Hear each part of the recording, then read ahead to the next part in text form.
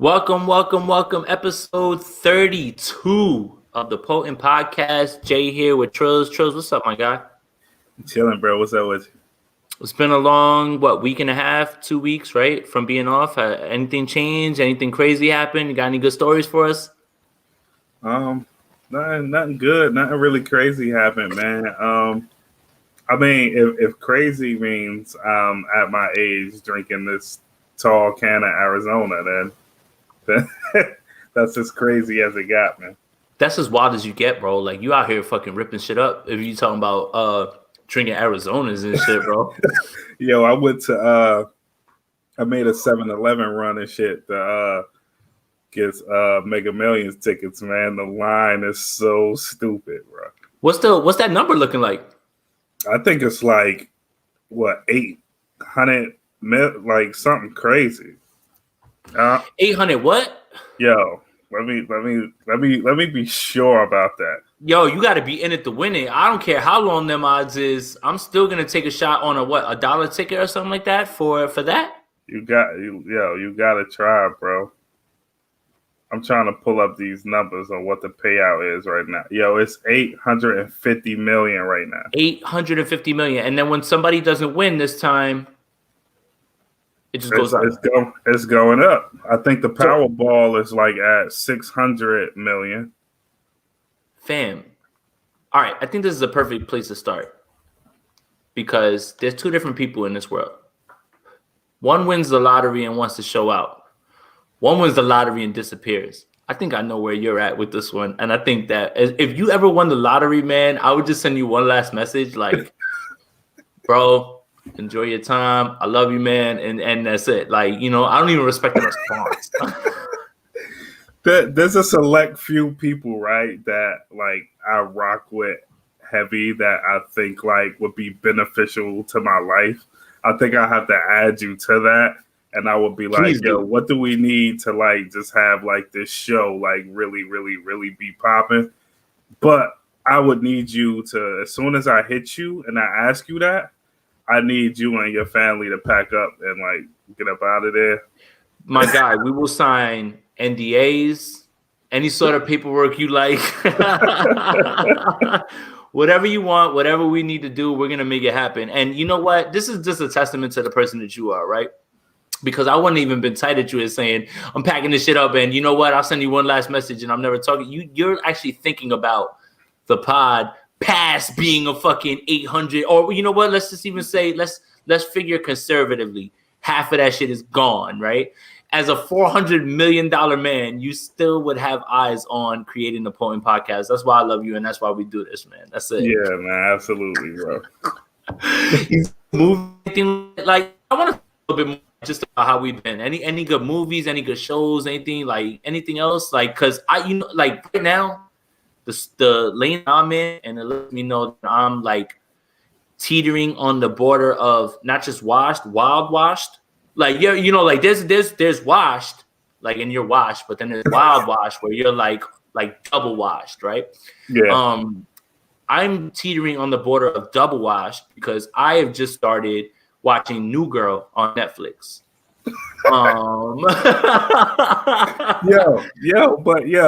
The most interesting thing about that is, I see, like you and I, like are we're different in our ways, but people don't realize like exactly how much we like do shit. The same shit. So you like New Girl, bro? It's not been that, but I've been watching fucking Bridgerton, bro. Okay, but I've heard good things, right? Like, again, right? So for you, you have your job and then you have your passion, everything else that you do, right? Like none of that shit, like all that shit requires time. Like people think that money's valuable, time is valuable, right? So, on my side, you know what it is, right? Like we do this, but I'm heavy right now into the sports thing. So like when we dedicate time to something, like when I tell you I got an hour, I tell you I got 2 hours, make it count. You know what I mean? Like, yeah. And you still have to put in that work to still do those things, right? So I'm not upset at that at all. I had heard good things the same way. And the same sort of compromise that I made landed us on New Girl.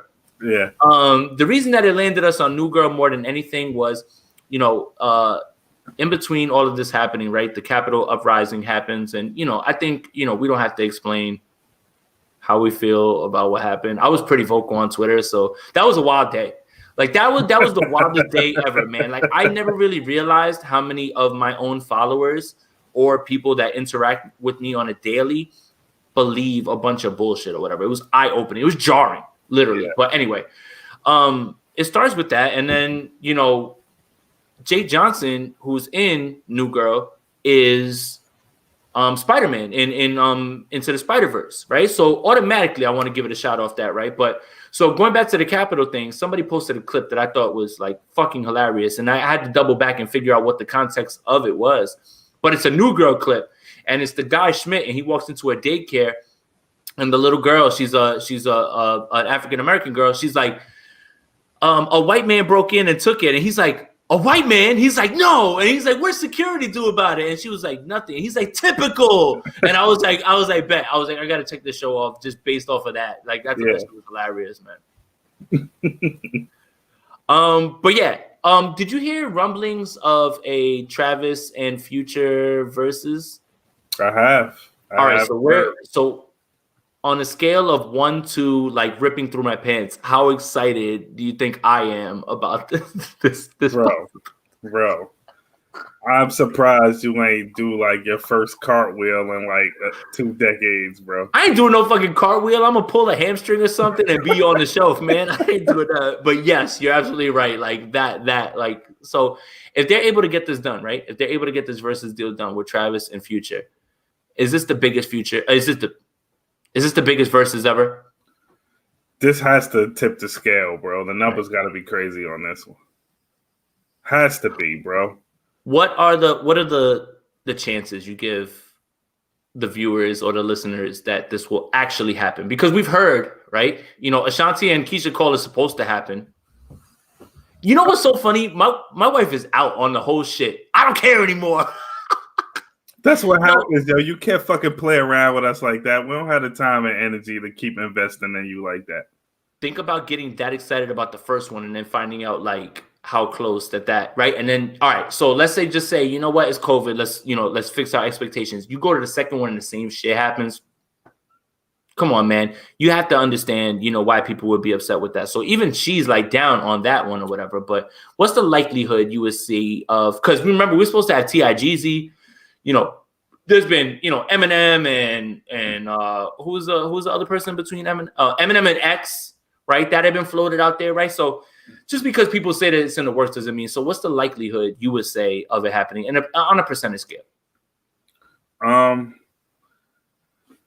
don't know, bro. I think for some reason, like Travis probably really, really wants to do it. I think I don't know how easy it is to get Future to sit down, man. I mean, women have been asking that same question for years, and if they can't get his attention, what luck does a man have to get his attention, right? I'm sorry. I don't know where that came from, but yeah, no, you're right. So what would you say? I don't know. I get it's a 70 to 80% chance of happening. Then it's done. And if you feel like that, then I feel like that too. Remember, these are two guys that are contemporaries, two guys that have collaborated. I think they both understand, what's at stake here. And I think, I like to believe in the good of man to make sure that this gets done. So I'm gonna lean with you there, 70, 80%. I think this is the next one, right? And I think that if you want to keep the momentum of this going, I think you have to throw the younger guys a bone. Oh yeah. It's not fair. Look, we're not going to complain. I'm not going to complain about Keisha Cole, Ashanti, and, even Jeezy Gucci, right? That feels a little bit tailored more towards us than it does the younger crowd. I mean, correct me if I'm wrong. Yeah. Like, right? Like, we're in that age bracket, right? Like, the younger dudes, they weren't outside for TM 101. Yeah, no. That's us for us to settle, but go ahead. Yeah, I mean, they had like a little bit of the balance there, right? Because Future still resonates with Gen Z, right? But Jeezy was definitely for us. This time around, you get two dudes that are specifically for that generation. and it's artists, right? Not like the producer battle. I think the only thing we got for that generation was a producer battle so far. Mm-hmm. So yeah, man, it's brilliant, man. It's about time to step into that. I'm with it, man. I'm glad that we were able to talk 10 minutes before we get into the regular bullshit, but I think that's how we should start moving with this. So let's get to the shits, man. People been missing it, right? Like the last episode was like calm, collected. I think we need to be stupid. Hey, yo, what the fuck? All right, so what was the first thing that we literally just before and I told you? Oh, got it right here. So majority of these topics for no, not that. Hey, this one. What the fuck? Are sent in Instagram DMs, Twitter DMs. Like when Trill sends me a tweet, I get scared because it's usually the bullshit. And when I mean the bullshit, I don't mean like something that's he like created. It's because it's always some shit that I look and I always respond like either come on, man, or what the fuck, fam. Like, so January 7th, I get an Instagram DM from Trills, and it's a Snoop Dogg post. Look, I don't follow Snoop, unfortunately, on IG, but you send it to me. Snoop was on during COVID, right? Some sort of wrestling show on TNT, right? AEW. Yeah. AEW. Man, look, I don't know how athletic I am at 36. I don't know how I would respond to going up on a turnbuckle and try something about. So let me describe the scene first. So you send me this, and Snoop is like they laying the dude out, right? And even you and I who haven't watched wrestling in how long, we know it's about to happen, right? Like it's scripted like this. So Snoop starts climbing the turnbuckle, right, to get to the top. Those wrestling dudes make that shit look mad easy, bro. Like I see dudes hop up and just they're on the top. Like that's why you need to stop sleeping on the athletes that wrestlers are. Like yeah, it's scripted, but you ain't built like that to do that shit, and like at all. Like you have to be an athlete to be a wrestler, bro. For real. Anyway. We don't watch wrestling though, but still, you have to at least acknowledge that. So Snoop like hops up, like wobbling up, and this isn't good off the rip. Like you already, like you're looking like, is this gonna be a mistake? But Snoop posted it on his own shit, so it won't be a mistake. Trills, what transpires afterwards when he gets to the top turnbuckle is the worst frog splash, any sort of turnbuckle jump, anything like that I've ever seen from anyone. Trills. At 36, my age, you're close to that age as well. I'm pretty certain we would have got up there, and I still would have thrown some sauce on that shit, man. Yeah, like, man. Yeah. Yeah. Oh my God, talk to me, bro. My boy landed feet first on the mat. Yo, hold on, and here's what makes that even funnier. Snoop is tall as shit. Like that's not a little dude. Yo. You didn't plan the physics out on this jump. Like you didn't so as scripted as wrestling is, they told you that they were going to set you up for this jump. And bro, you still didn't think about that shit until you got there. And you still fucked that shit all the way. Yo, bro, Snoop is literally up on the top rope. Yo, he's like this, telling them to like bring the dude closer, bro. Like, come on, bro. He's like, yo, I can't jump that far, bro. Yo, the worst part is that everything's on springs. The ring, the turnbuckle, all you gotta do is push down and that shit is gonna pop. You think them dudes could jump that high? Snoop, there was a disconnect as far as your research into what like bro, so nobody told you what they were gonna do before, right? Like this has to be like they were just like, yo, we're gonna see what happens. You might get power drive, you might get thrown through a table and shit, you know what I'm saying? But it's part of the show. I don't understand. I don't get it, man. Snoop, look, everything, for us. I'm still gonna clown you. Like, come on, man. Like you knew that, and then you posted that shit on your Instagram, man, knowing full well that people was gonna get on that shit and start clowning you. Absolutely, yo. Look, some bullshit. Has full license to do whatever that he wants to do in life because we love it every time he does it. But what? You're goddamn right. But he has to know he knew he was getting the roast of his lifetime for that shit, bro. Yo, look, the comments. Dab and Cuban. Snoop looked like he was gonna break on that fall. Yo, Luke Knicks 5. Yo, Snoop, you good? Yo, like, these are the top comments, fam. Like these aren't like just like in the middle of this shit or whatever. Yo, oh my god, man, best high flyer in wrestling history. Get the fuck out of here, man. That shit was weak as shit, bro. And you know why you sent me that shit too. No elbow down or nothing, bro. No sort of sauce, nothing like that. A little, nothing like that, bro. That shit is wild to me, bro. All right, let's keep moving. That was good, man. I like that. Hey, yo, what the fuck? All right, so correct me if I'm wrong, dude. Funk Flex got on an IG live with Gilly and what's his Gilly and Wallow? Yeah. Wallow, right. So they did IG live together. And this was supposed to be some sort of Philly versus New York thing. Am I wrong here? It seems like it. Okay. So I think I want to make sure that my feelings on Funk Flex are known, especially being from where we're from. Like we're supposed to like hold Funk Flex really close because of where we're from. We're supposed to. I am not a Funk Flex fan in any way. And I will, I could cite you many times where he's flown off the handle on radio and said some wild shit and then had to backtrack later on. I can float you endless examples of Funk Flex talking crazy about someone, and then when they come to confront them at the the show, completely backtracking and kissing ass. I can cite you Funk Flex saying bad things about Tupac Shakur. So a man of the culture, someone we're supposed to hold close, I don't feel that way about Funk Flex, and I never will. I will say that I understand his importance to culture. I understand why people hold him close, things like that. All of those things combined, and just seeing the behavior and being here for the behavior because we've lived here and we've seen it. Like we're not third party carrying this information on him. We're first party. You got it from us, like with him. Like we had that sort of relationship with him. So I've seen it all. I've been tired of it since 2010, dog. It's fucking 2020 and it's still happening. The 3 people that still listen to actual radio, that shit is wild to me, bro. How does a radio station still live in today's world, Trills? How are they still profitable? Explain it to me.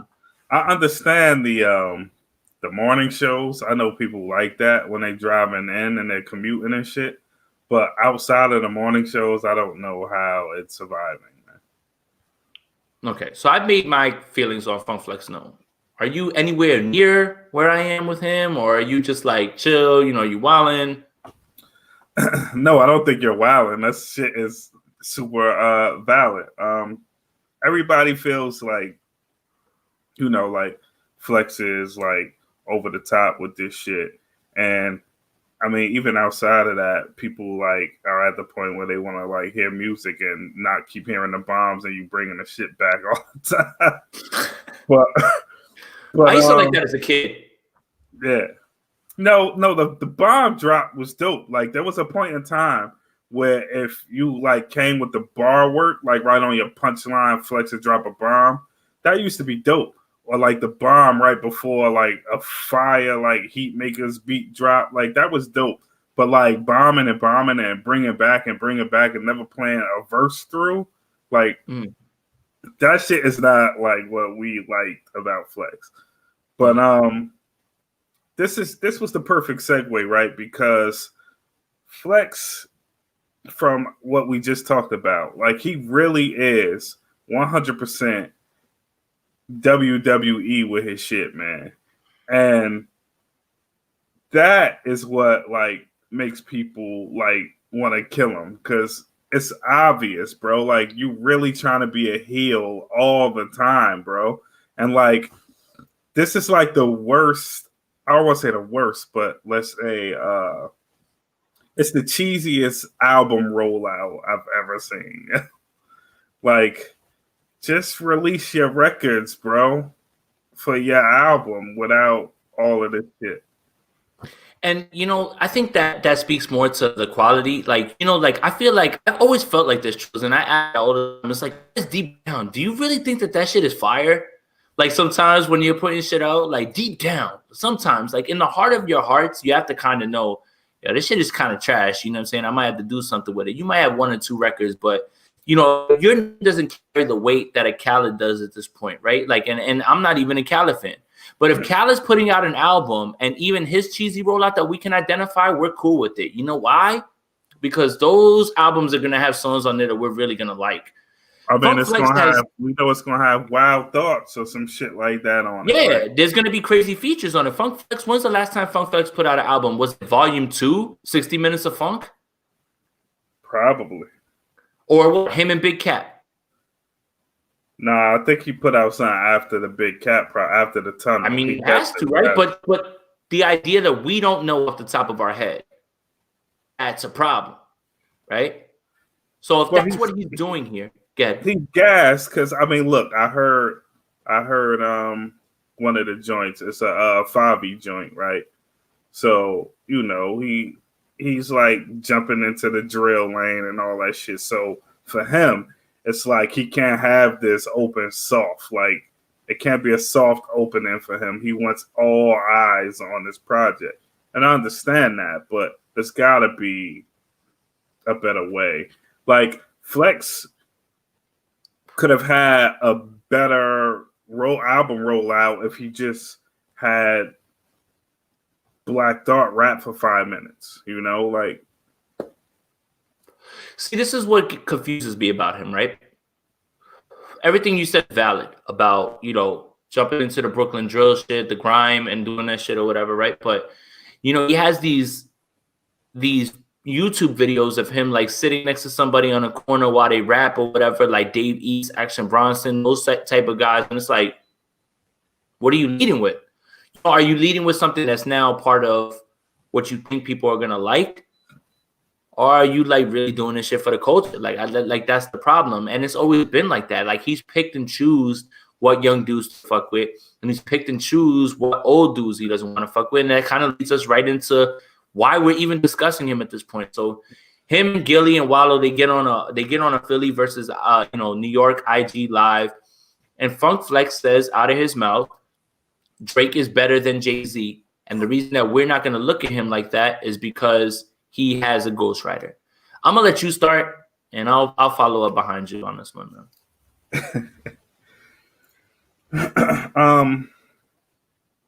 One, I haven't seen Flex's track list, so I want to know if he secure a Drake feature or not. Oh, Flex. Yeah, I don't know, but I'm just wondering. Secondly, I don't believe that, bro. Like, look, like you said, we are tri-state guys. We've watched Flex's career, right? How many times did Flex play Death or Auto-Tune the day that song dropped? The entire night. That's what I'm talking about. The entire night he played DOA. He did the same thing with Otis when Ye and Hov dropped that. I'm glad you brought that up. Keep going.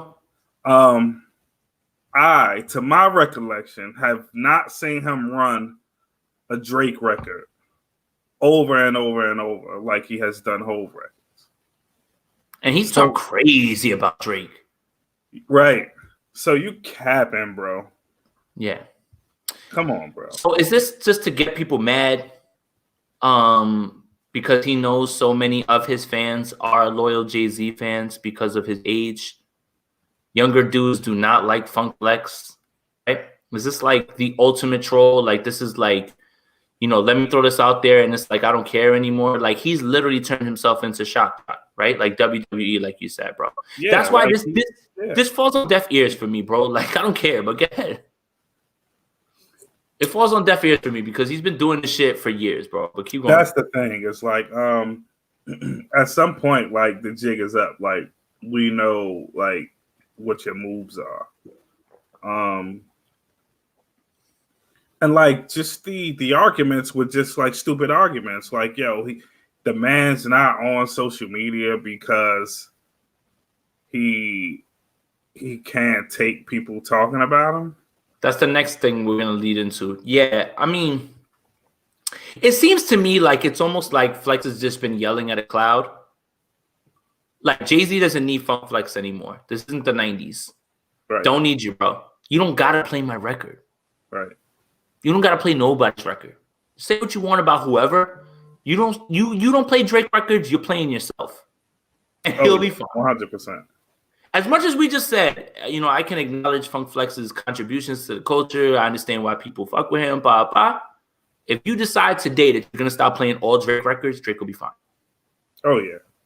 If you stop playing Jay-Z records, Jay-Z will be fine. This isn't 1997. No one needs the DJ anymore. The DJ has to be now. The DJ has to move in a way now that moves more in what's going on now. You got to make connections. You got to be the guy that gets the record first before it hits the internet somehow. Even if that's even fucking possible at this point. That's never possible. Someone's always got the record before you've got it. Like, oh yeah. It's just annoying, man. Like, it's just, dude, you don't believe that shit, right? And even if, you know what? Let's make the argument the other way, right? Because a younger dude could say that, Drake has done things Jay-Z's never done, But in the context of how records are distributed and digested, it changes things a little bit. Again, we've had this discussion. You can't tell me Ken Griffey, wouldn't hit 900 homers in Babe Ruth's era. You know what I'm saying? Like, it's weird, bro. Like, you always have to adjust for errors, always, in everything. And I try to use sports as that like way to talk about it, right? Like, humans weren't built the way that they were built in 1920, the way they were built in 1999. Yeah. There were no Ken Griffey Juniors who were skinny as a rail that had the most beautiful swing and could hit a ball 500 yards because he was the fucking man, but yeah. So if you even want to make that argument that Drake is better, I can see it. I just don't agree with it. Right. Like, that's my thing. Like, you want to make the argument, you might not even be wrong. I can't agree with it yet. Look. The argument has to be substantial, right? You can't make that argument by saying he is the better artist because he has survived the internet era. Like, what the fuck does that even mean? Yeah, so like that's what I was gonna ask you, right? Like, it's like the direct comments, like, to everything, and it's just like, dude, I don't understand. Like, what is even the argument that you're making? Yeah. Like, I don't get it, but it ties into what, the next portion, right? Hey, yo, what the fuck? So Jay-Z doesn't need social media because he's too sensitive.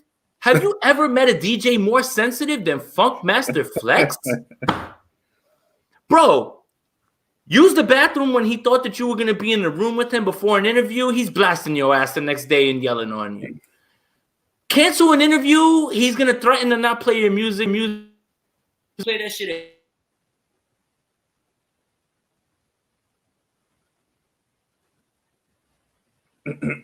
And I mean, honestly, like, what artists are insensitive? Like, how many artists do you know that are not sensitive at all?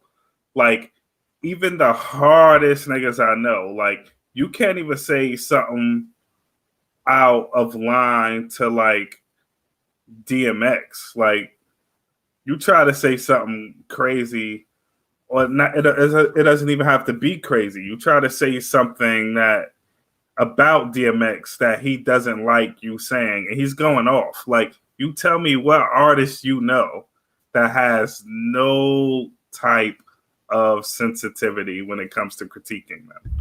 And Hov doesn't have social media, not because he's sensitive.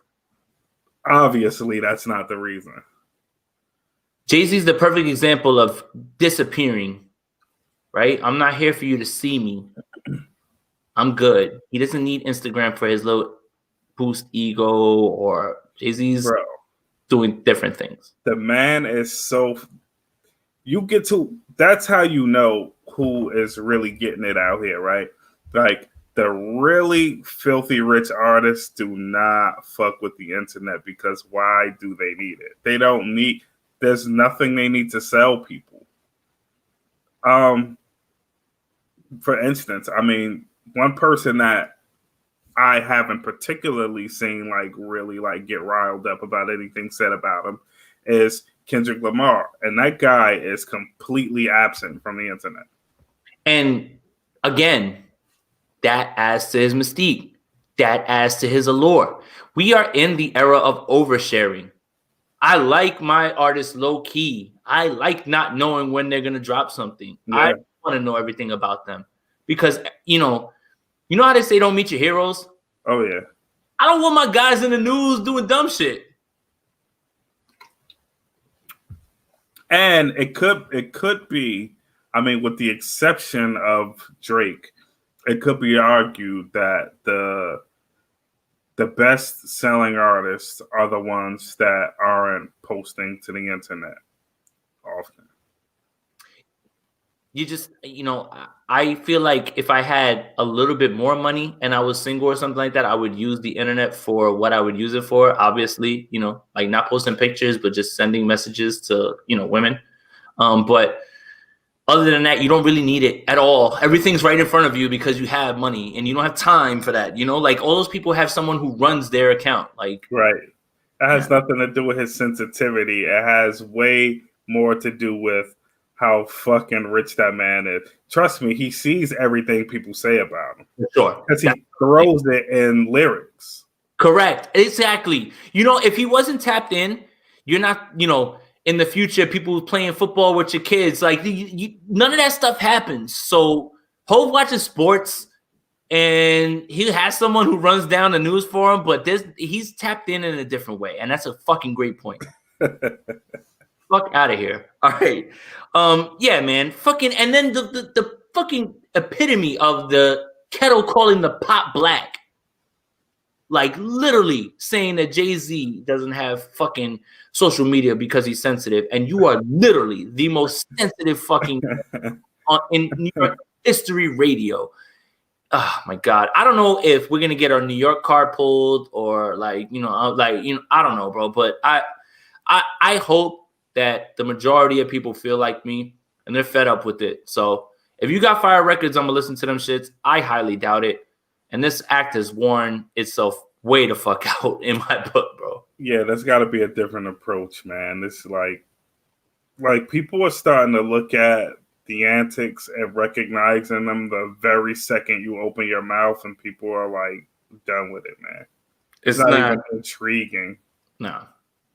All right. One more thing that I wanted to talk about real quick. Hey, yo, what the fuck? Yo, so there's an article, a piece of a interview that I send you where Benzino's on somebody. Benzino from Made Men, if you guys, and for the younger crowd, Benzino used to own The Source or be part of, editor or something like that. Not going to get into all that or whatever, but yeah, that's how you would probably know him. For the younger crowd, you might know him from Love and Hip Hop. Yeah. Right? Yeah.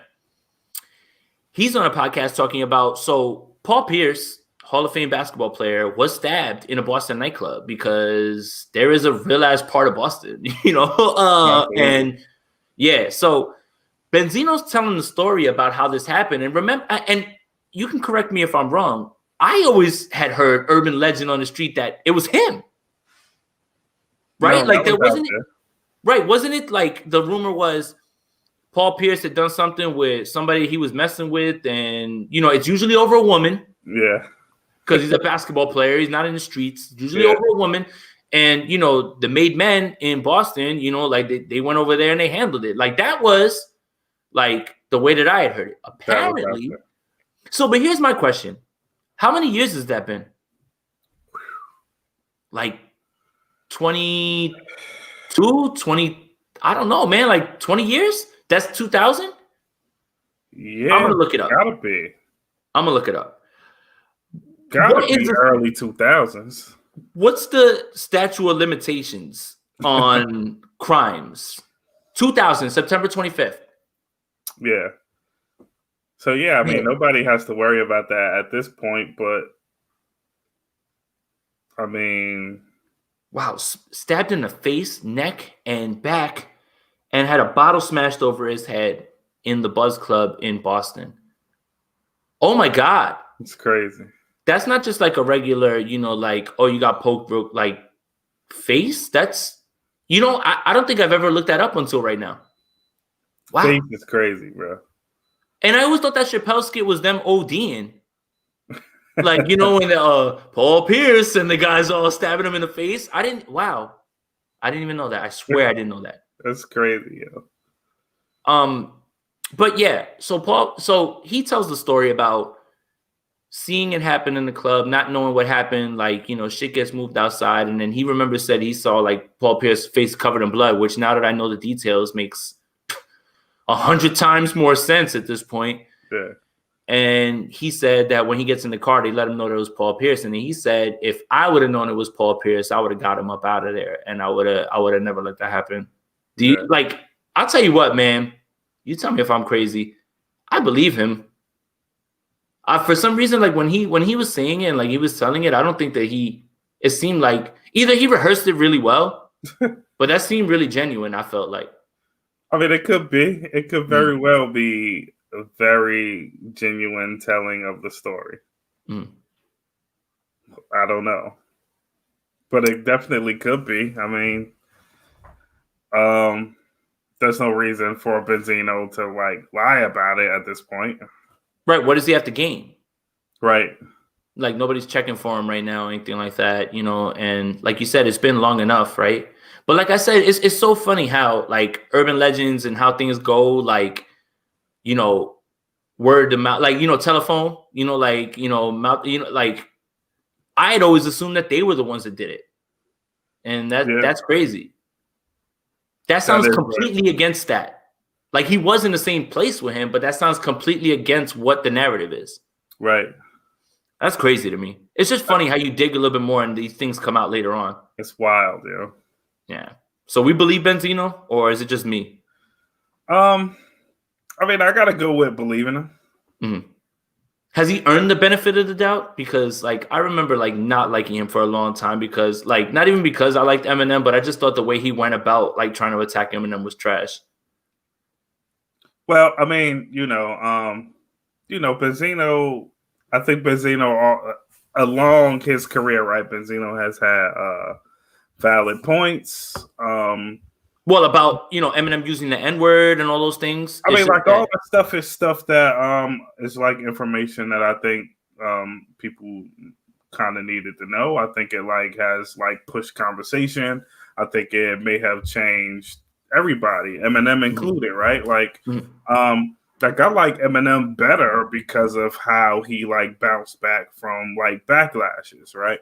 So all that stuff is like cool, but I think Benzino has also done some pretty fuck shit. But yeah, I mean, particularly like now him and like Royce going back and forth. I think that's fuck shit. Like, what are they going back and forth about? Because I don't know, calling saying Royce is like a clown or whatever for defending fucking with M and all this other shit. But it's like, come on, bro. Like, I think it's what you said about like. Okay, so the point's been made, the conversation's been had, hasn't happened again. You know what I mean? Like, and it's just like, yeah, it's dead, yo.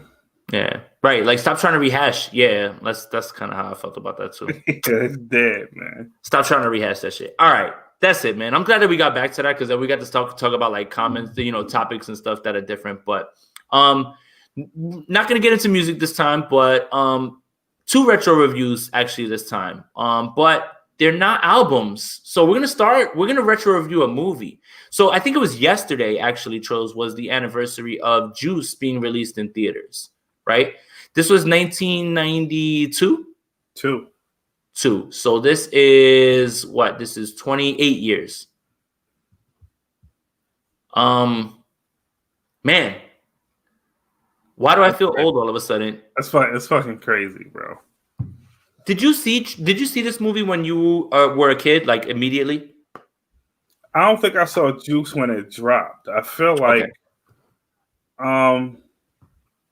which is crazy, right? Because I remember Uptown Anthem, like when it dropped, like clearly, right? Mm. But I don't. Maybe I saw the movie, but it was just like, whatever. Like, I'm like, You didn't I get don't it. know, how old am I? 7 or some shit.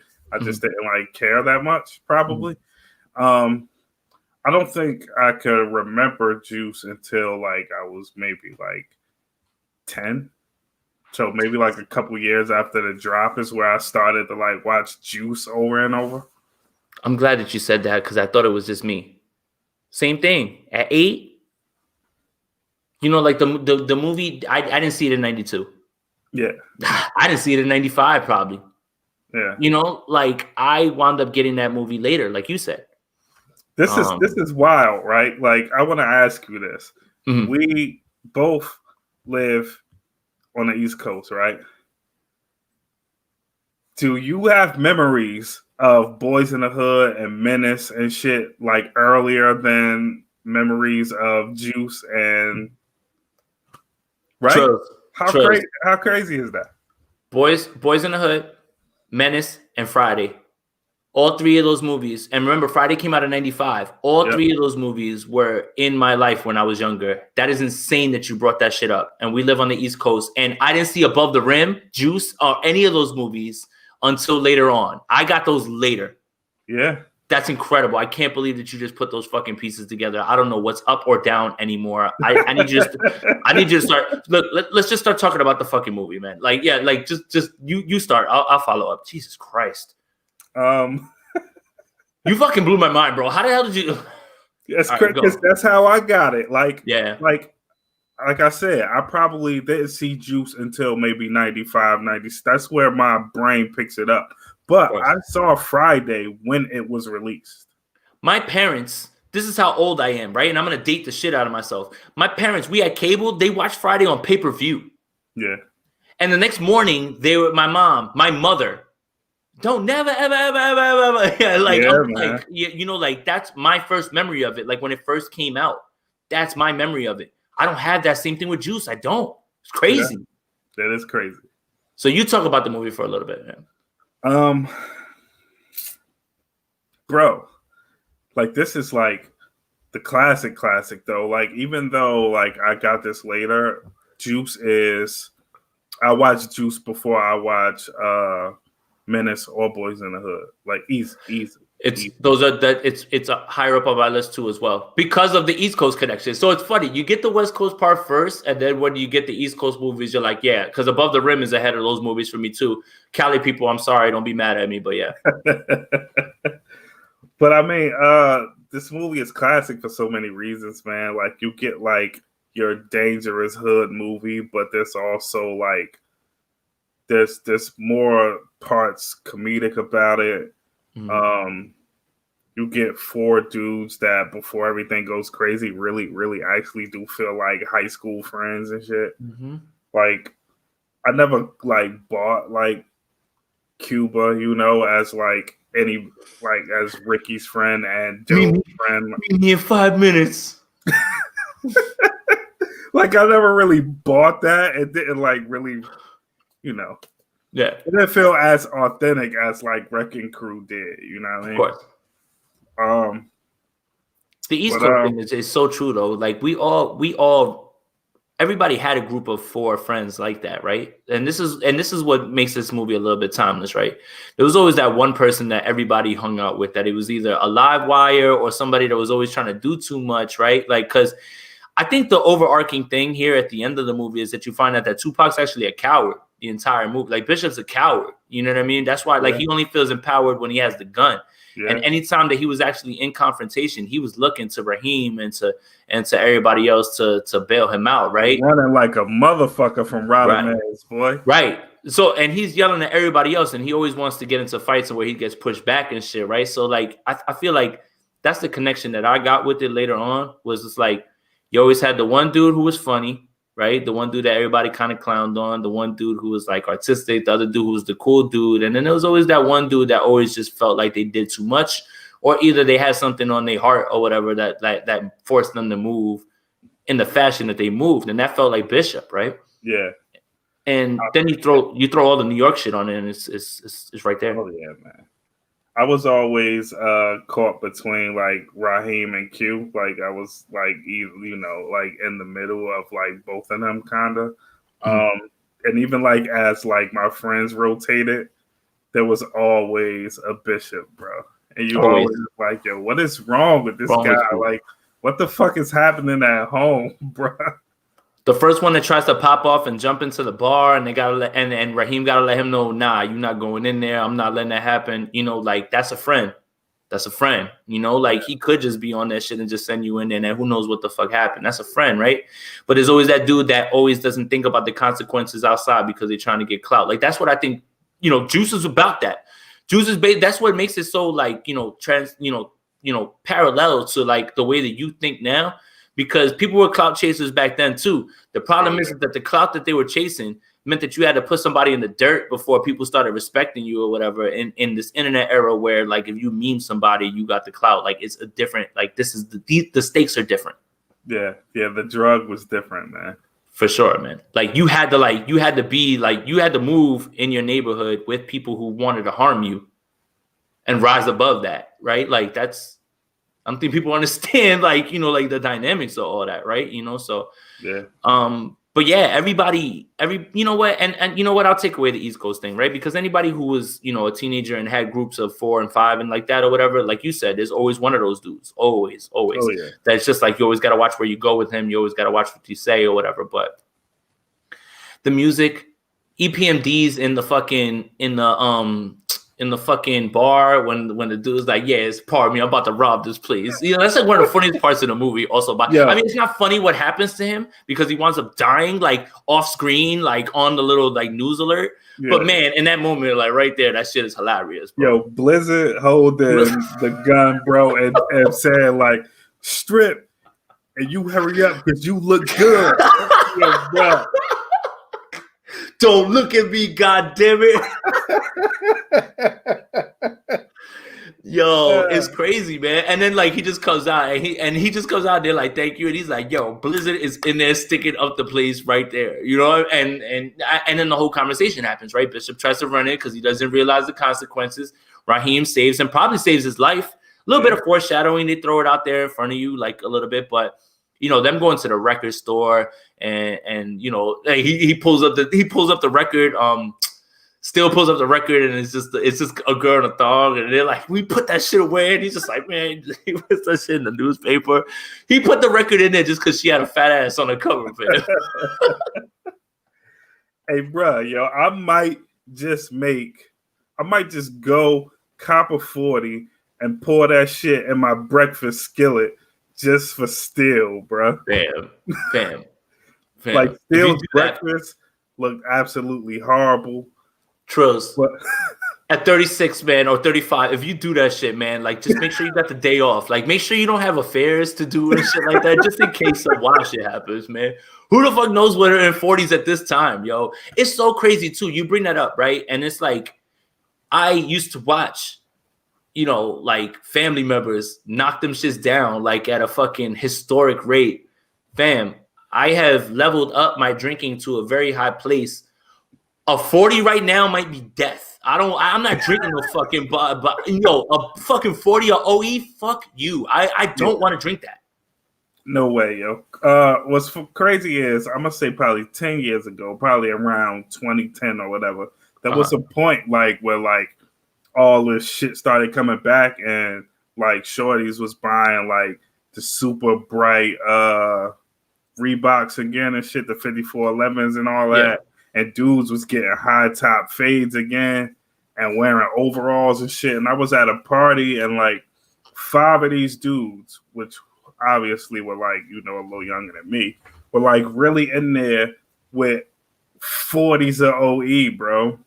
With high top. I was like, yo, what Twilight Zone is this shit? That's the last thing you need. You were good with the outfit. You don't need that. That's OD. Yeah, that was OD, yo.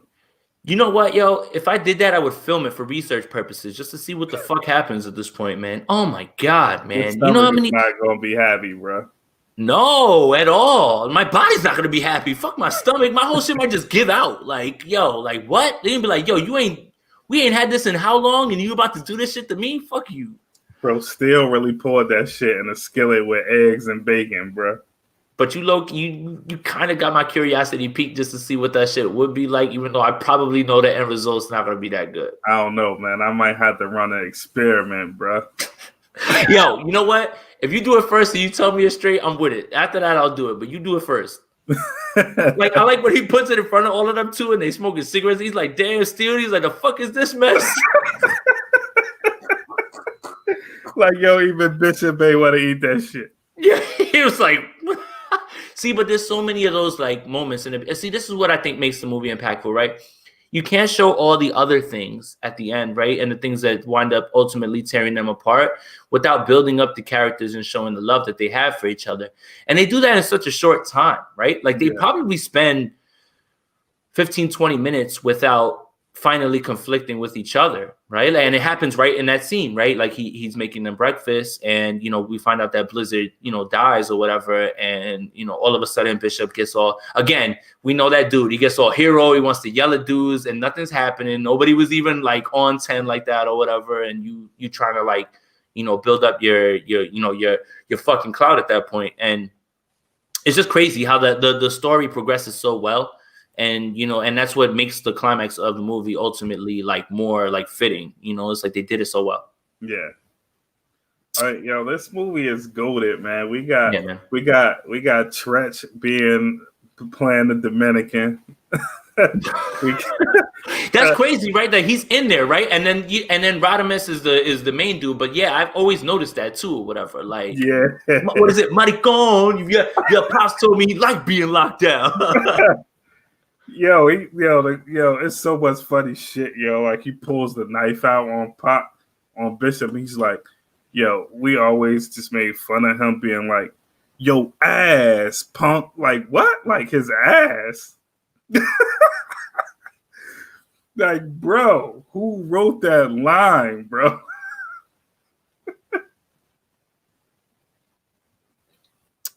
That's so wild, yo. Was on mute. You know how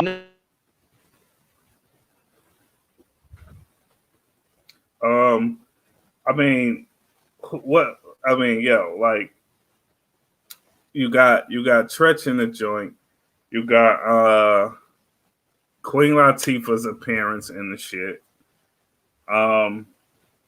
What else? Raheem Shorty is dating Special Ed. Special Ed super fly in the cherry red whip. It's just so. Who else? We got Sam. Come on, bro. Samuel L. Jackson. We get our snappy nappy wrestler. So wait, thank you for I'm having some technical difficulties and you carrying me right now. But yo, thank you for bringing up Sam Jackson, because my favorite line in the whole movie is so underrated, and it comes from him. He's like, "What you want me to say? Just because you pour syrup on shit, don't make it pancakes." Like like that line is so iconic. Lloyd Banks used it, and that's always one of my favorite Banks lines ever. Yeah, you talked about all those things, and then the DJ shit, right? That's so hip hop, like you said with Latifah and everything, man. Bro, we get pump it up, like yeah, man. And then you know what? I think we should just end with this. This is just a glimpse into what Tupac was able to give on screen as an actor, man. Like anyone with eyes who saw this movie at any point was like, "Wow, that kid can act, man." And this is 1992. Pac is phenomenal performance, man. That's what I'm saying. Pac is like what, 20 at this point, maybe younger than that, and then you can tell the East Coast influence that he has, because everybody knows that he's from the East Coast, but went over to LA. But like the range, like this was a perfect movie for him to get acclimated with everybody, because he wound up showing so much more range in other movies, man. But you could absolutely see right off the bat. I remember even being a kid being like, man, I may not be into his music right then as much as I wanted to be, but I knew from the bat right there, I was like, man, this kid is fucking talented and he definitely can act. You know what? Publications often do shit like this where they list like 50 or 100 or whatever top movie villains, and Bishop deserves a slot in that. Like, Bishop, he is better than fucking Marvel villains in this movie, bro. And he's more well thought out in a shorter time. You know, they like those Marvel villains. Sometimes they have like movies to set that shit up, and you still don't let that shit land. They did that shit real quick, like the elevator scene with him looking right at like that's. Come on, man. That's menacing, bro. The elevator scene and the scene at the locker, bro, is fucking like chills. That whole speech, I don't give a fuck. That's it. I don't give a fuck about myself, and you less of a man than me. So as soon as I decide you ain't shit, that's again, how much of that's in the script, how much of that is ad lib, how much is that just like sometimes like I like the directors that allow the better actors to do things like that. Like, yeah, there's a script, but sell me on this scene. If you got to change something and I see it in your face, I'm not letting it. I'm not gonna be like, yo, do it again. Like you kind of have to like hold on to that. And the best actors ad lib in the right moments. Yeah, man. Yeah, fucking incredible movie, man. Anytime that I see this on Netflix, anything like that, I give it a watch. Like it's on there, cool. I don't care how many times I've seen it, but yeah, let's move on. Okay, so last week, was it last week, Trills? Because this was the week that we were off, right? Because we did the show before the Chicago. Okay, so last week was the anniversary of something that I had long forgotten about, and I don't know how. I really don't. I'm disappointed with myself. But last week was and I'm not even going to speculate on the years, right? What was it? 2003? 6 or 7? Okay. So something 13, I will go with something like that. Okay, 13 years ago, right? Do you remember a show called Ego Trips, the White Rapper Show? Bruh. Wow, bro. So, all right. First of all, I want to preface this on this. Who's involved with this? Elliot Wilson. Who's involved with this? MC Search. Pillars of our community. Absolute pillars. Absolutely. Creating content in different ways and putting, kicking down doors. Yes, done. Absolutely. 100%, man. You cannot. I have questions, though, Trills. I have questions. Just talk to me. Look, it's clear MC Search takes this seriously. Yeah. After a rewatch. Yes. Okay? Because I did rewatch it. It's not on any streaming platforms, by the way. We had to find it on YouTube. I've watched every episode. I remember watching every episode when it first aired.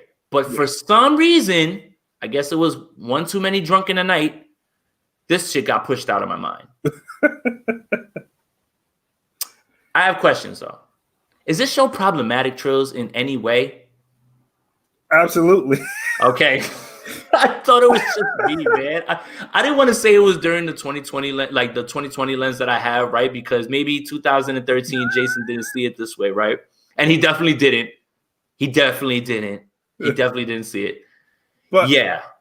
What I do want to say is every problematic step of the way in this show, Search corrects that shit. Thank you. Every step of the way. Perfect. So that's my question, right? You definitely selected some of these people because you knew that they were absolute dumpster fires, right? To be in this. But you definitely selected some people that can actually rap. I found out, right? In this, right? Like, there's a few of them can rap, even in our standards now. Not gonna lie. Yeah. It's just how much of this borders on just straight up parody or like it's the lines get so blurred as I watch it. Look, Just Blaze is involved in this. Nori's involved in this. Joel Santana at the height of Dipset is involved in this. Prince Paul, Little X, Fat Joe, fucking Brand Nubian. Bushwick Bill. Bushwick Bill. I'm not naming nobodies. I am naming legends in our culture, right? So that's what I'm talking about. The lines of parody and actual, this is still a contribution to the culture. I don't give a fuck what anybody says after watching this. Like, it has to be there. The line of parody and how much it was actual, I guess, vetting of whoever they wanted to be the white rap. Like, that's the part that I get a little like, I'm like, I think you kind of knew what you were doing. You invited this person. So let's be honest, right? picking the Texas guy with the mohawk, you know what you're doing when you do He that. was all right. He was old school. Absolutely. But you know people are going to laugh, right? Right. You know picking, especially being MC Search, right?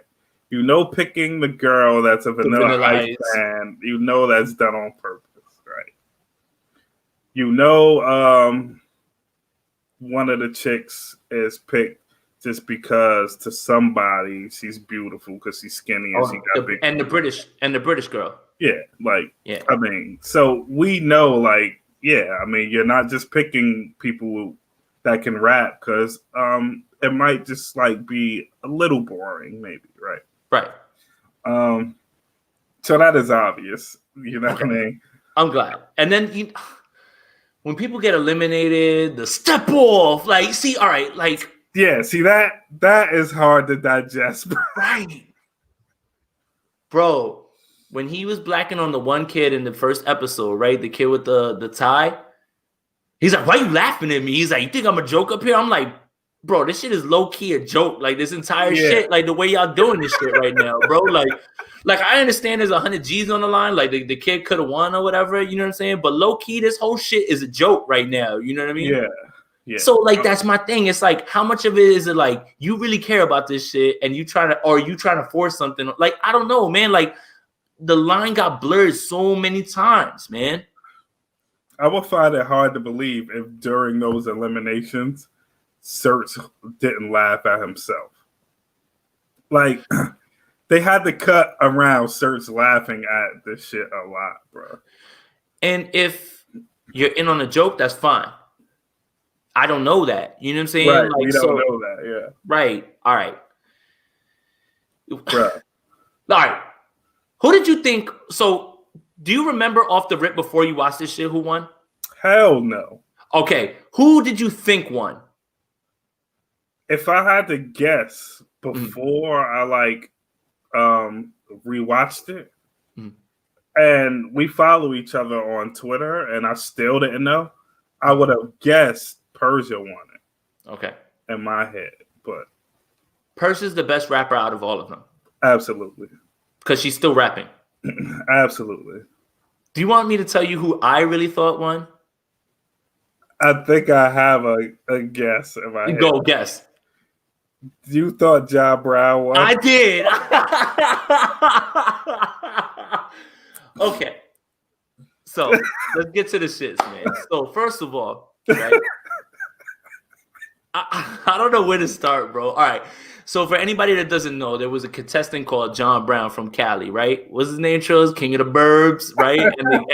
And the Ghetto Revival. Ghetto Revival. Bam. The two things that probably clash the most in like what you are like your ideology, any sort of message that you have. Like this man, when anyone would ever ask him about it, would talk in fucking circles. Like there was never once did he ever make a connection towards what he meant, any sort of anything, bro. No. At the same time, when I'm listening back to some of his raps, maybe the flow's off, but man, he's putting the word, he's bunching the wordplay together, yo. So like, I get to like episode 3, and I'm like, it's a rap, man. I was like, I'm like, I know this clown wins or whatever. You know what I mean? Yeah, he didn't win. I was wrong too. He didn't win. But let's just stay on him real quick, right? What's the funniest moment? Because there's a lot, man. We could pick 3 or 4 if we wanted to. That's how many moments where it's like, oh my God, is this really happening? Okay. But what's your like, what the fuck John Brown moment in this entire show? I mean, I gotta start with like the dildo on his mouth and in his face. Oh my God, yo, like, problematic. Right. So this is what we're talking about, the problematic, right? So Persia, I don't want to deviate off topic. You know what? Let's save that for a second. Yeah. Like finish your thought, and then we'll get to that portion. That's all I can say. It's like him just standing there getting smacked in the face with a dildo is some of the wildest TV still. Like if they have that uncensored, bro. Here, I'll ask you a question. could the White Rapper show as it was then be aired now in 2020? Hell I'll no. answer for you. No. Yeah. Hell no. And that's how different we are just 13 years later, yo. Exactly. So look, speaking of problematic, this is when the problems arise. Persia is from Queens, right? And we've talked about this plenty of times. Yep. The East Coast and the way people are, I don't want to say cavalier, but up here, the way the N-word is tossed around is much more of a term of endearment across races, but I understand how like I said, I have completely cut it out because I understand, and I shouldn't be saying it. But yeah, because you appear white to people. Yeah, but although still, you're not, you appear white. But still, I understand. Look, I understand the thought process at that time because at that time I was in the same thought process as far as the word went, right? I had never been called on it. My friends, we were all good with it or whatever. So she starts to say it because she's reverting to what she knows, right? This is a chick from Queens, right? She hangs around minorities all the time. And that's how, I don't know if this is a shock to anybody that would be listening, but that's how people refer to me. And I'm not black, like it's not like that, it's different. Yeah. But yeah, she starts to use the word a lot. And who's the one guy, that's like, can you not use that word? I'm not mad at what he was saying. It's just like, it's just like how he was coming across. Like, I would just be like, yo, chill with that. Like, yeah. I forget his name. Yeah. The political rapper, right? Yeah. What the fuck is his name? I can't remember. I'm not going to force you to remember either. Just Rhyme, I think. Just Rhyme. How the fuck did you remember that shit? Unbelievable. So he's telling her not to say it, but then, like you said, MC Search, once the situation calms down, comes and he's like, yo, nah, that word's not gonna fly here. And that's the right take then. Absolutely the right take then, Yep. And as a kid, not a kid, that's like what, 13 years ago. So as a younger Jason didn't really understand, but they did the right thing. So that's what I mean about problematic. 100%. When I was watching it on YouTube, though, there was no bleeping of the word. Oh, no. So was that flying on VH1? They probably let it fly on VH1 too. Remember, right?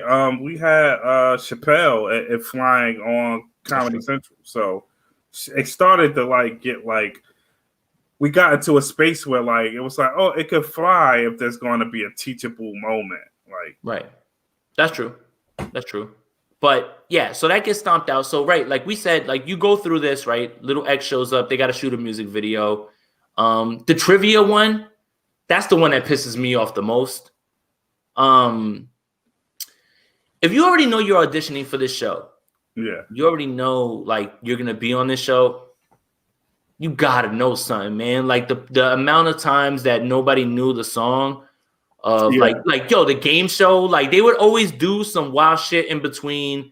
They would either be doing a challenge about what they were gonna rap about at the end or some in the beginning, right? So what's the episode that they did with where they had they would play a clip of a song and somebody had to and it's just it was getting me so mad that some of those were just looking there like that, I'm like, come on, man. And the wildest thing is, but which makes a lot of sense, right? It's the Texas dude knew most of the songs, but he obviously knew most of the songs. One, because he was older, and two, they were playing a lot of the songs that white boys that listen to rock liked, right? So it's you getting Run DMC songs, Onyx, Slam, he's gonna know these. John Brown probably didn't know anything before Fabulous or some shit, you know what I mean? But it was embarrassing though. But again, they actually, although a lot of it was goofy, they were vetting throughout this thing. Yeah. That's what I'm saying. Half of them, I feel like they knew. They were like, okay, these are our five that are serious. The kid from Boston, the kid from Atlanta. I liked him off the rip. Because he was all about he had the bounce and everything. He just needed confidence. I felt like I felt like I was coaching them through it too. When I was watching it, that's stupid of me. I was just like, come on, man, you just gotta spit that shit a little bit harder. You know what I'm saying? You got this. but Yeah. but it was like Shamrock, the kid from Boston, Persia, John Brown, and probably the kid from Texas. I would have said that are like the top like 6 or 5. You know, that they probably said, okay, these are the guys that are actually going to be competing. These are the guys that are going to keep this shit funny, man. My favorite John Brown what the fuck moment is the Miss Jones shit. Oh, yeah. Young DJ Envy in there. That shit was crazy. I am that old that I forgot DJ Envy used to work for Hot 97. Yeah. Like that shit escaped me. I was like, oh yeah, that's where he started, and then he went to 105. I'm that old that we forgot that. But for him to say that, I understand where he was going with the Clear Channel thing, like saying that they had beef with Clear Channel. And Miss Jones isn't one of the nicer, hosts. I mean, this isn't breaking news, and it's how many years later, so it doesn't really matter. She's probably never going to see this, but yeah, she wasn't usually one of the nicer hosts anyway. Yeah. And I don't even really remember listening to Hot 97 in the morning when she was there. Sometimes I did, but not that much. I mean, again, like we weren't. Like, when were you listening to radio, right? Like, we fucking went to school and we commuted, like, on bus and walked and shit. So it was like, and most of us had CDs. Yeah. Yeah. Fucking big-ass disc man. You're trying to stuff that shit in your pocket and walk. It's just skipping. All types of crazy shit. Yo, these kids will never know the struggle of actually getting to listen to hard shit. Nah. Fucking walking on their phone. Oh, I got the song. Yeah, fuck you.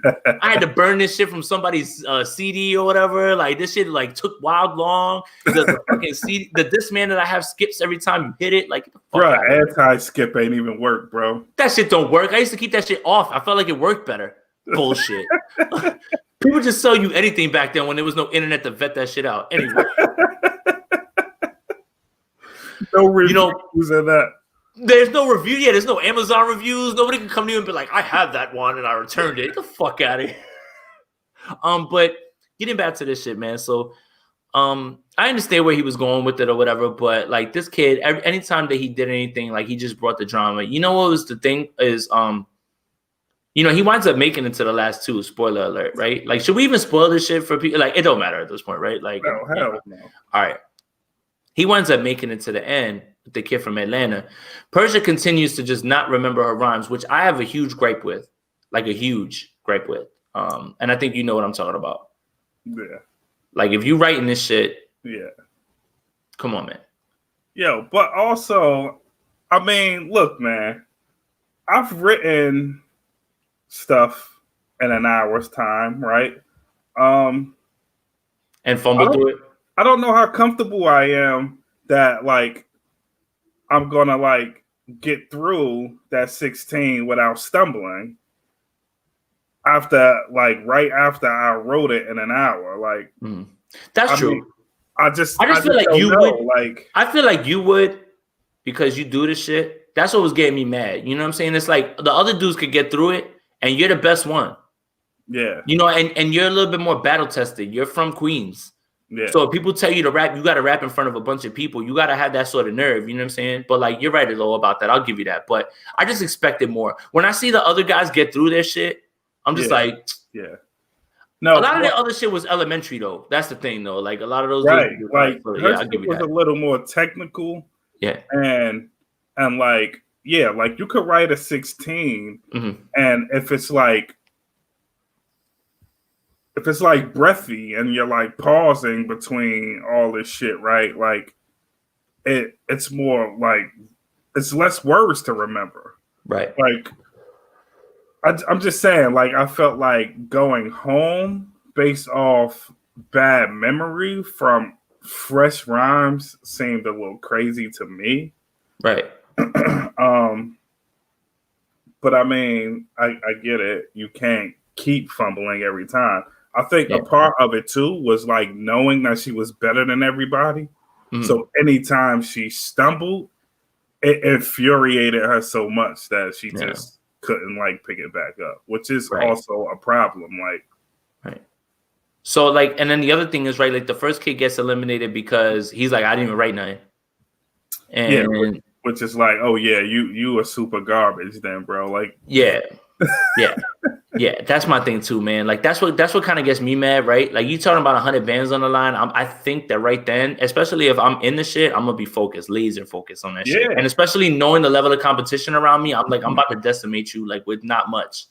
And also, how you come to a show to become one of the next, and you can't do these simple things. You thought you weren't going to write rhymes, bro? Like, never understand it, bro.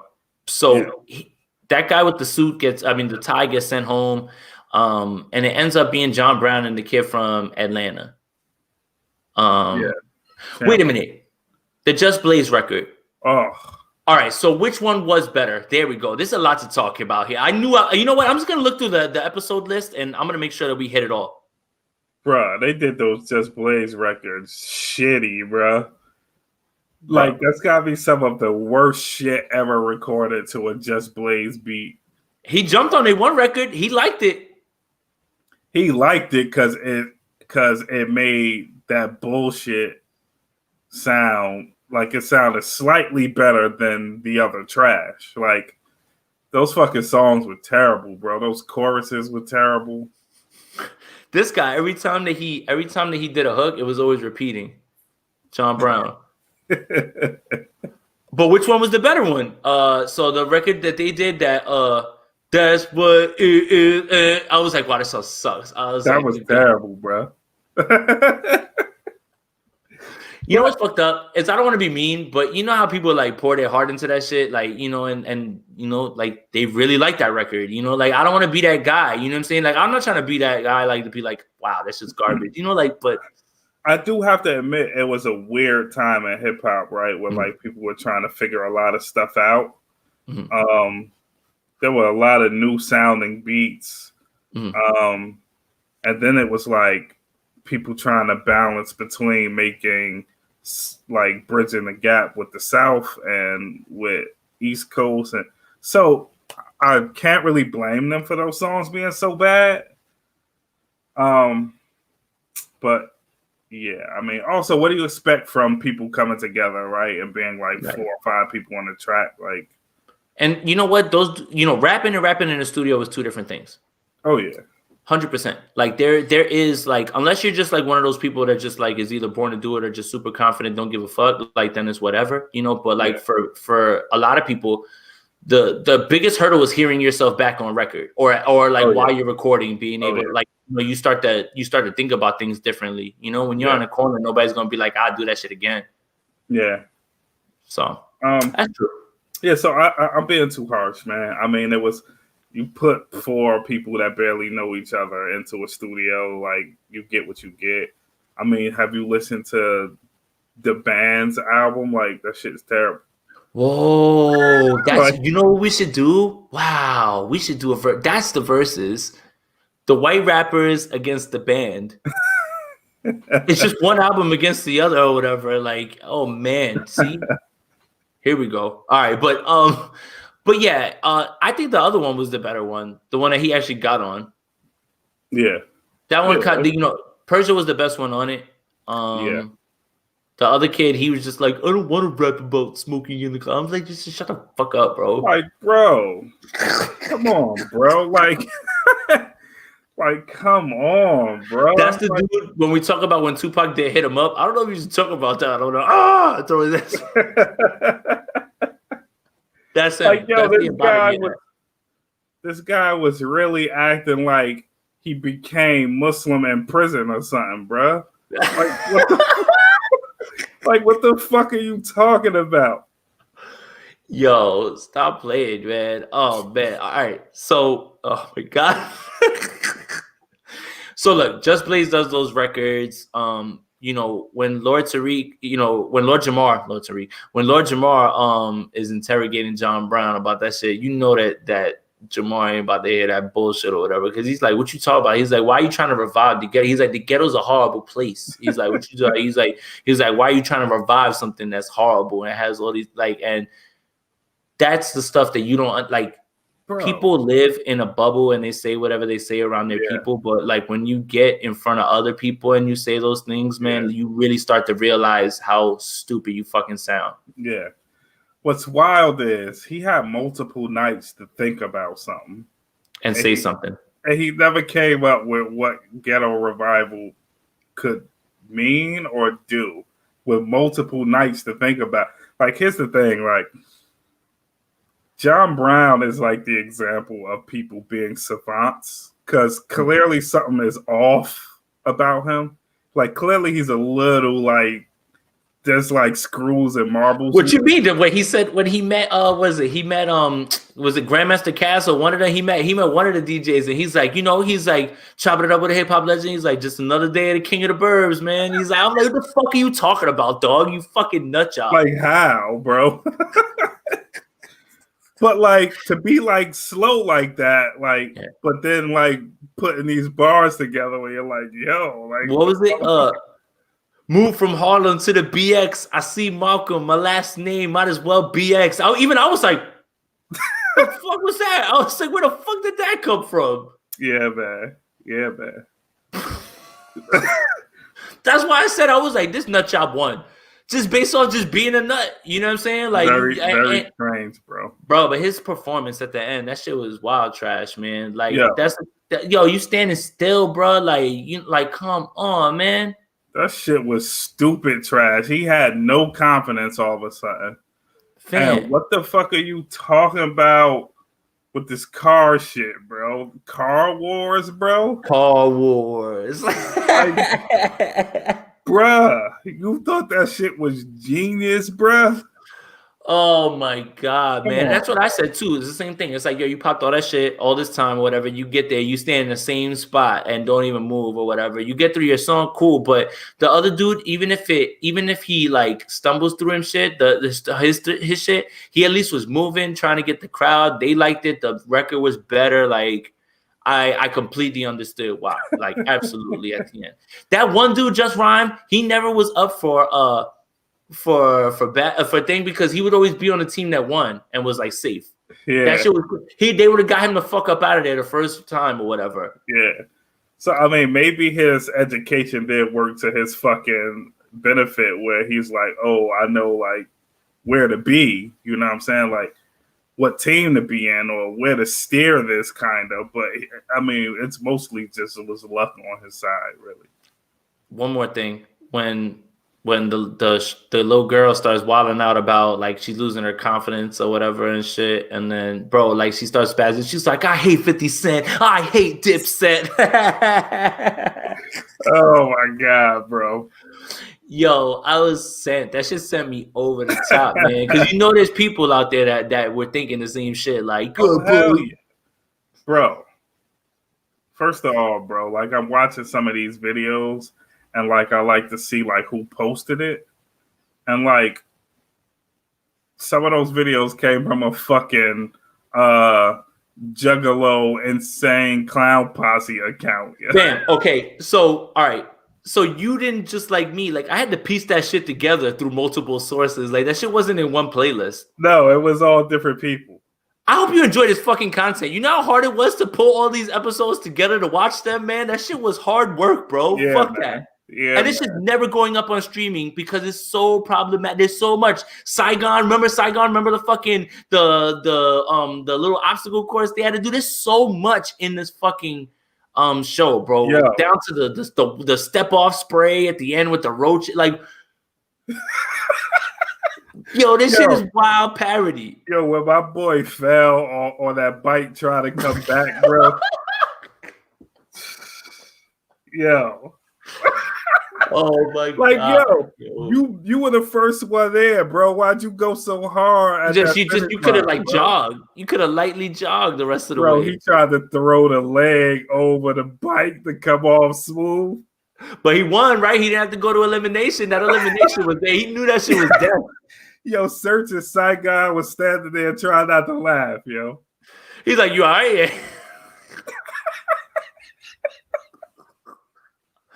Oh my God! You know what's the best part too, and we'll close it on this because I mean, for anybody that has never watched this show, if you think any of this is funny, just watch the show. It's 10 times funnier than this, bro. We're missing a ton of shit. Like we haven't even like tapped into like a fifth of the shit that goes on in the show.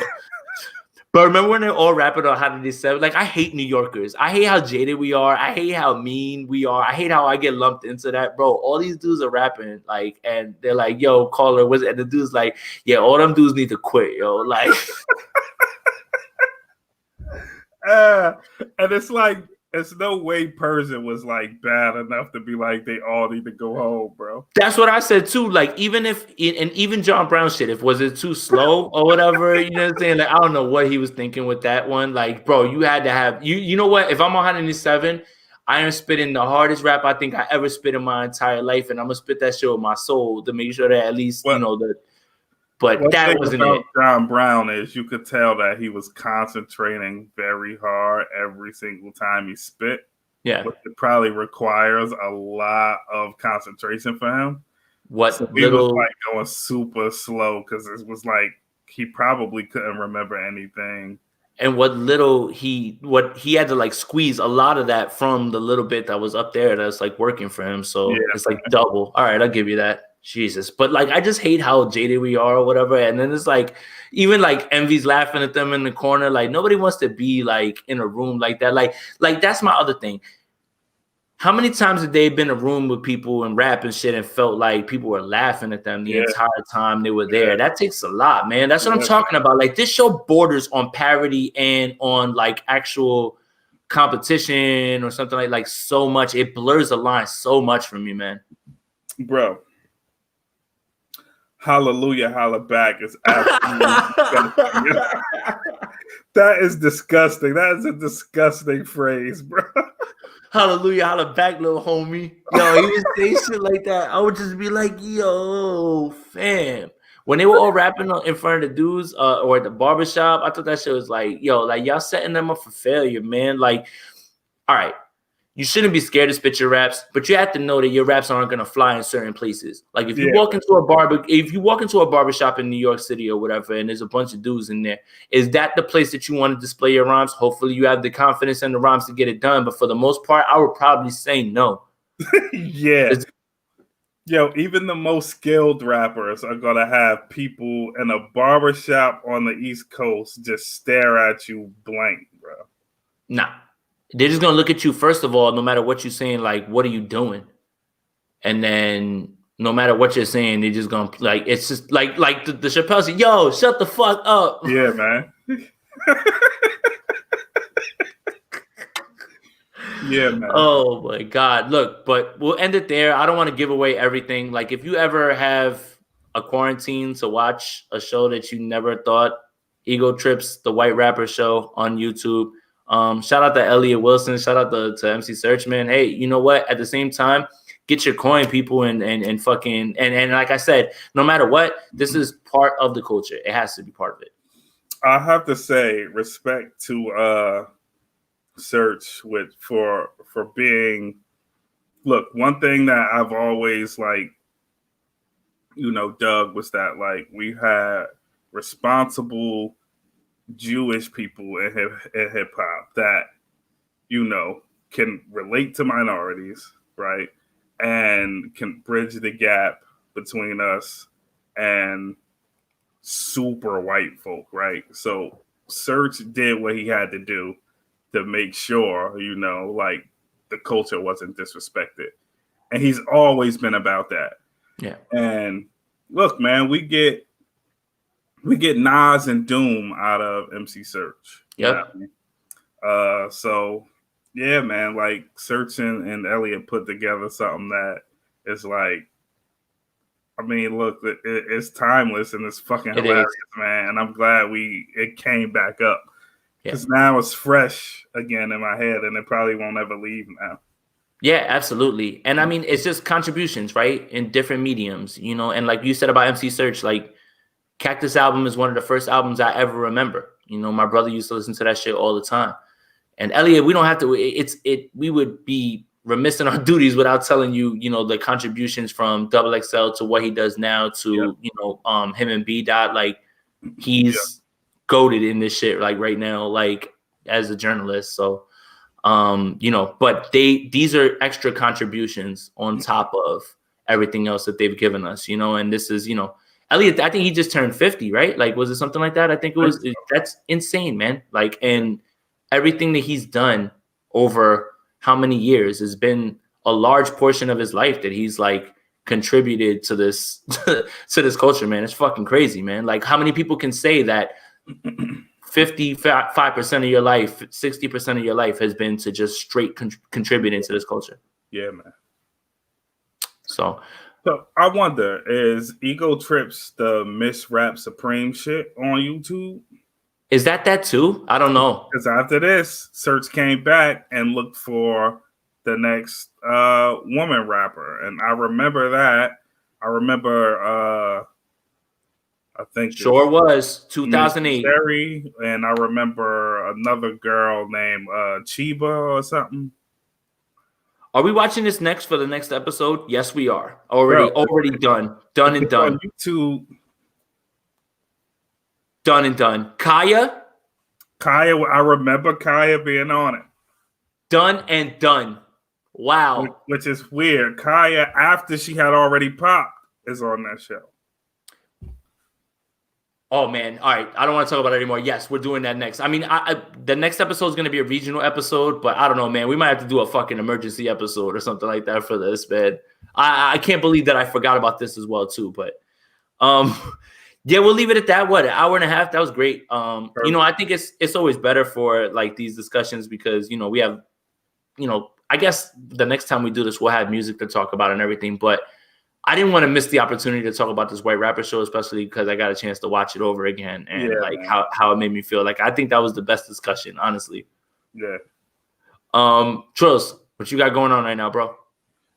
Y'all know Trills on all the platforms. Streaming everywhere, videos everywhere. Hit me, like, share, subscribe, all that good stuff. Yep, and just follow on Twitter. You'll see here on YouTube at Trilly Trills, at Jason Aponte 2103. Please subscribe on YouTube, Spotify, Apple Podcasts, anywhere that you get your podcasts. And you know, we'll talk to you guys in 2 weeks. Peace.